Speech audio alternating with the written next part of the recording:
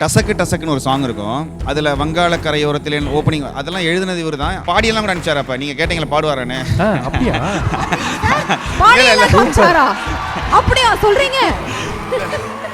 இல்லை பாடலாம் இல்லை வரும் இல்லைங்க. அந்த பாட்டில் நம்ம ஏரியா ஹைலைட்ஸ் எல்லாம் வந்து பாட்டில் சொல்ல யாரால முடியும் அப்படின்னு வரும்ல, அது நான் தான் பேசுகிறேன்.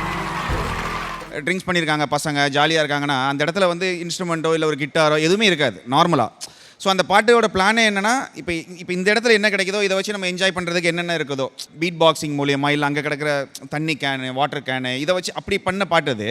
ஸோ அதில் வந்து அந்த ஏரியாவோட ஹைலைட்லாம் சொல்லணும் அப்படின்னு சொல்லும்போது ஃபஸ்ட்டு இவருக்கு தான் அந்த டியூனை இது பண்ணோம். ஸோ அதை எழுதுனது ஃபுல்லாகவே இவர் தான். அது பாடியெல்லாம் கூட அனுப்பிச்சார். அப்போ நீங்கள் கேட்டீங்களா பாடுவாரானே? அப்படியா? பாடியெல்லாம் காமிச்சாரா? அப்படியா சொல்றீங்க? இல்லை பாடலாம் இல்லை. அந்த ஸ்டார்டிங்கில் வரும்ல அந்த டைலாகு, அது பாட்டு படிக்கிறதுன்னுமாங்கல்ல, அந்த மாதிரி படித்தது. இப்போதான் கொஞ்சம் அமைதியானாங்க நீங்க சொன்ன ஒரு விஷயத்துல. இல்லை அதை மட்டும் சொல்லி அது அவரோட வாய்ஸ் தான். நம்ம ஏரியாவில் இருக்கிற ஹைலைட்ஸ் எல்லாம் பாட்டு வரும் இல்லைங்க. அந்த பாட்டில் நம்ம ஏரியா ஹைலைட்ஸ் எல்லாம் வந்து பாட்டில் சொல்ல யாரால முடியும் அப்படின்னு வரும்ல, அது நான் தான் பேசுனது.